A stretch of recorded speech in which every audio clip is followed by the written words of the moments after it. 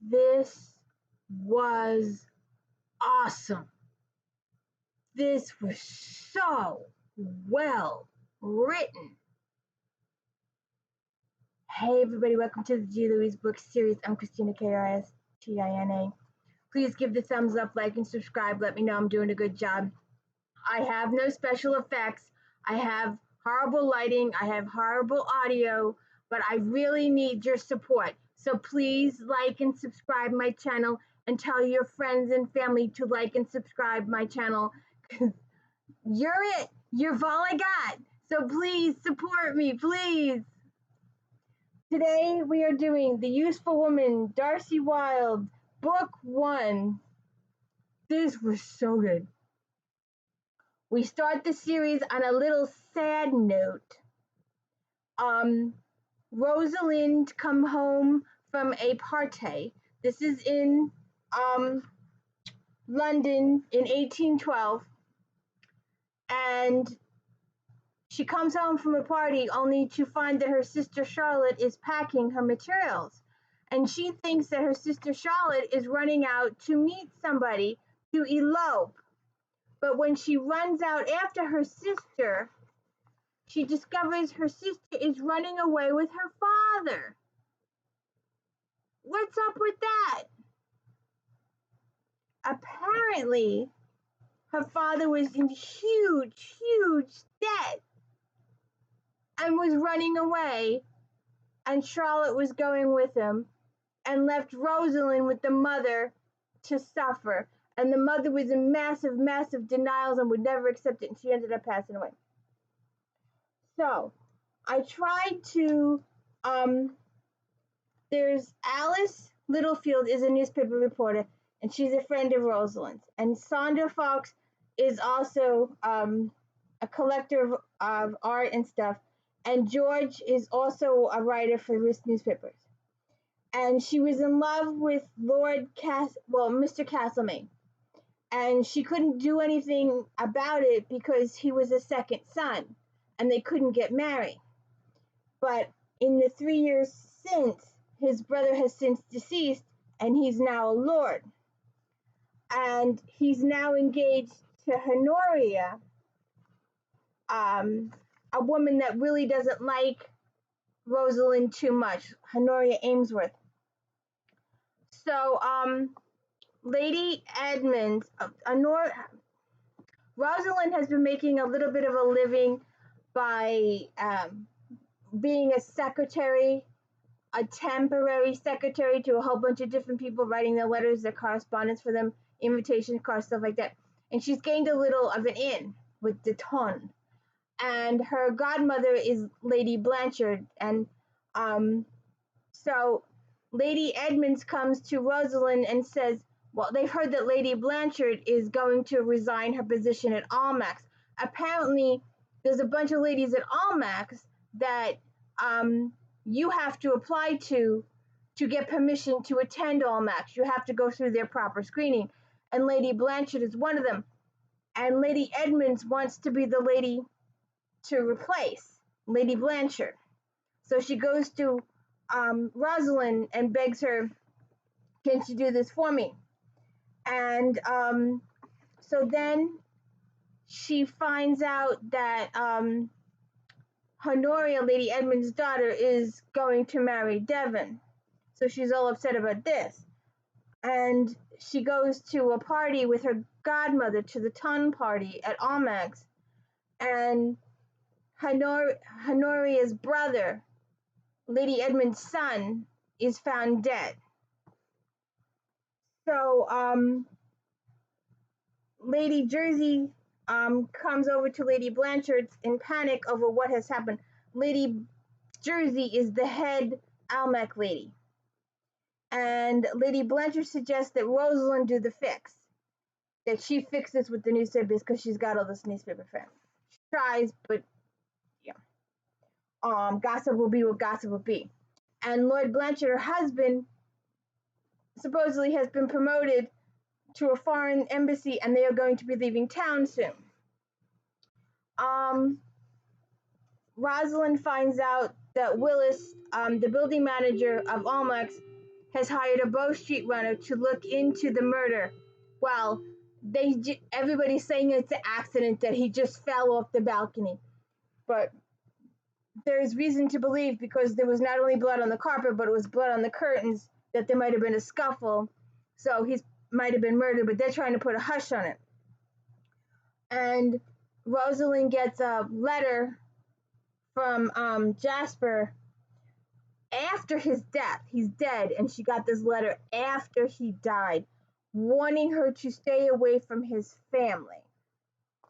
And then Officer Adam Hawkins is assigned the case by Bow Street.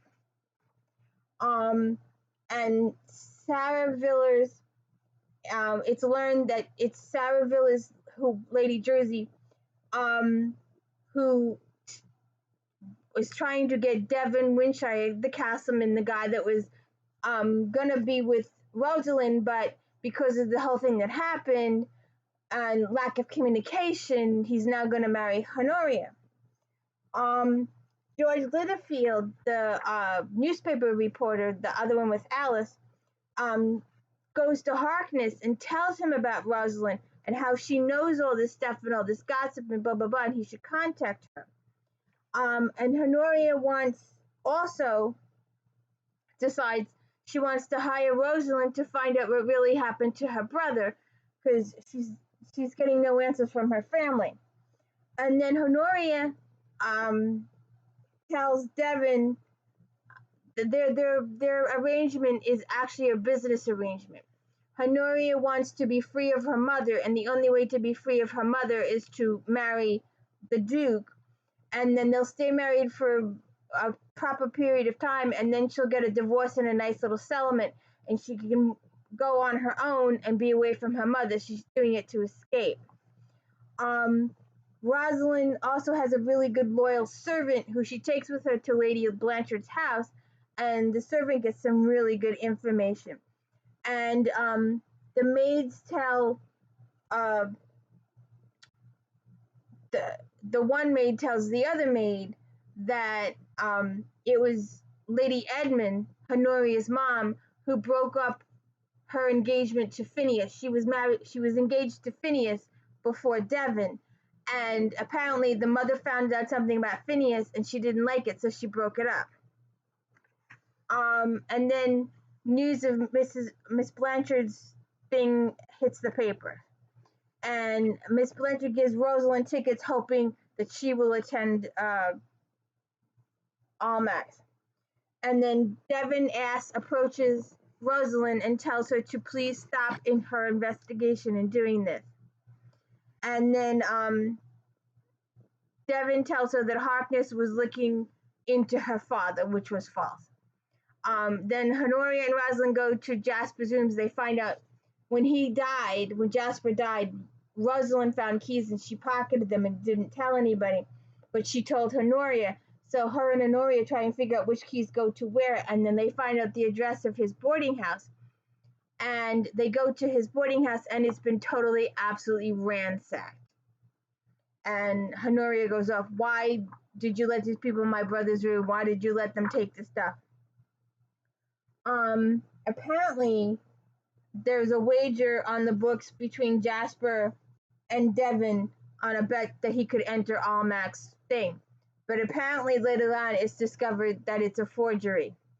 And then Devon goes down to Bow Street to confess that this was on the merger, but it never really happened. It was a complete forgery. Somebody else wrote the entry in the book and got Devon to go to do it, to take the blame, because he put Devon's name in it, but Devon never actually wrote it.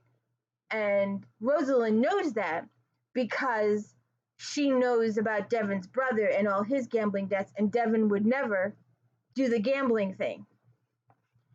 So she calls Devon's bluff, and then Honoria confesses to Rosalind about the business arrangement between her and Devon, and how she wants to marry him and then divorce him and get a really nice little settlement. So this is such a multi-layered book. I love Regencies. I love detective novels. Um, and this was just a match made in heaven. It was so good, so multi-layered, so it was so so good. You have got to pick this up, and I will be doing the rest of the series. I didn't expect it to be this good, but it is.